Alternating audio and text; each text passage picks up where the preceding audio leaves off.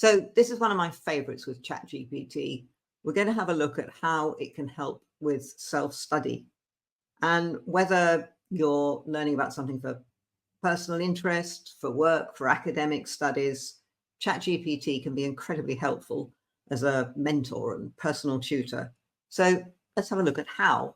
Very simply, it can answer many questions you may have, with the proviso that you'll need to fact check if you're not using it, just to remind you of facts you already have some understanding of, or ways to rephrase your own answers. For example, what's the difference between positive and negative reinforcement in dog training? Now, obviously they're both the same thing, whether it's in dog training or not, but I put in dog training in order that it gives examples related to dog training. As you'll see here, for instance, if a dog jumps up, very quickly, you can get an answer to your factual questions.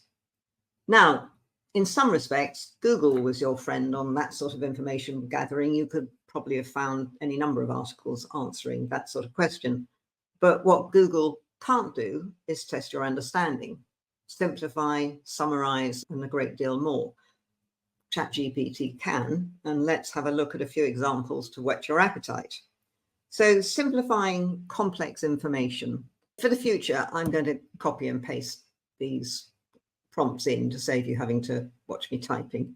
This time we're going to prompt it with break down epigenetics into smaller, easy to understand parts. Use analogies and real life examples related to dogs to simplify the concept and make it more relatable.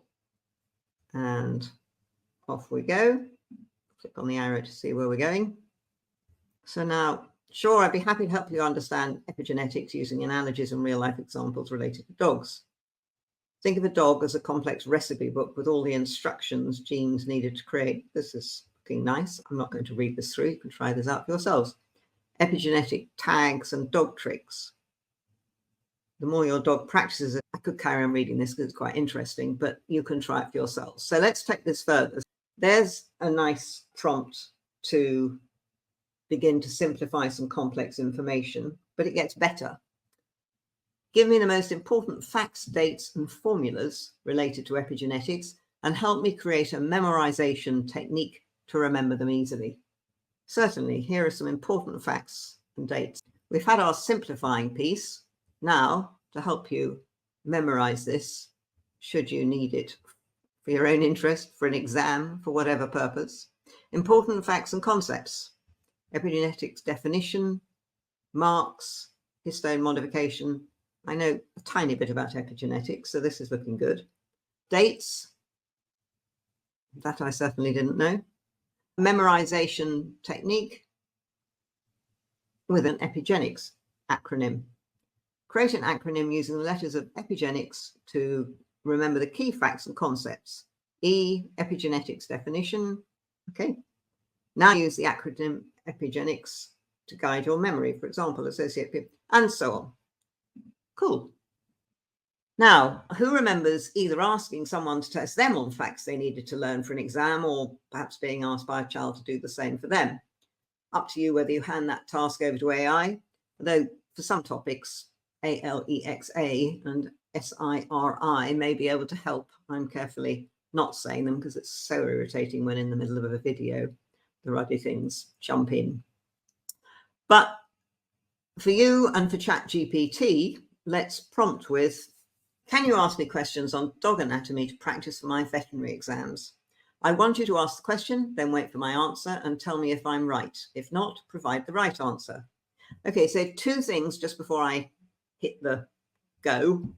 Firstly, that you'll note I put veterinary exams. Whatever it is you're doing, you want to give ChatGPT an idea of what it's for, so it knows the kind of level at which to ask these questions. And secondly, whatever question it asks, and of course I have no idea what it's going to ask as the first question, I am deliberately going to give it the wrong answer. Obviously, I may well know the right answer, but in order to give you an example of what happens, I'm going to give it the wrong one. So, of course, I'd be happy to help you practice for your veterinary exams, etc. Question 1, what is the name of the long tube-like structure that connects the mouth to the stomach in a dog's digestive system? Okay, so I'm going to call it long tubey because I'm deliberately giving it the wrong answer. Seems like you're trying to recall the term. Yeah, it's clever of it. The correct answer is esophagus. The esophagus is the muscular tube. So you see, it will give you the right answer, explain it a little bit, and then move on to the next question. So that's given you an idea of how you can rather effectively use ChatGPT to help test you. Now, let's move on. So we've looked at using ChatGPT for summarizing before. And of course, if you're reading a long article, you could copy and paste it into the prompt area and ask ChatGPT to summarize it for you, to give you the key points and takeaways and a variety of ways you can use it for that. So I won't do examples on here again, but here's something we haven't looked at before. You can ask it to summarize books. It has an astonishing knowledge, rather horrifying knowledge of most of the books you'll have read. Let's just look at asking it to summarize a book.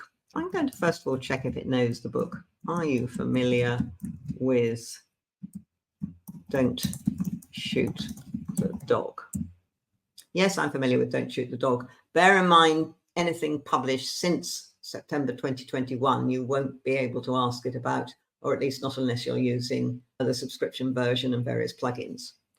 So it's already given you a bit of an outline. Let's ask it for a bit more. Can you summarize the key points and takeaways in this book using bullet points? Positive reinforcement, shaping behavior, problem solving, etc., etc. Remember, these bullet points are just a brief overview. The book goes into greater detail in each of these topics and provides practical examples and insights to help readers apply these concepts effectively. Now, I could go on and it could probably give you quite a lot more. It won't actually give you the pages from the book, but I'll leave you to play with what information you can get from published books in your own time. So I think that gives you a flavor of ChatGPT as your very patient tutor, never irritated when you ask it yet again to test you on your French vocab. I think you can see how it can make learning more interactive, efficient, and effective. And you'll find a lot more helpful prompts just below this video.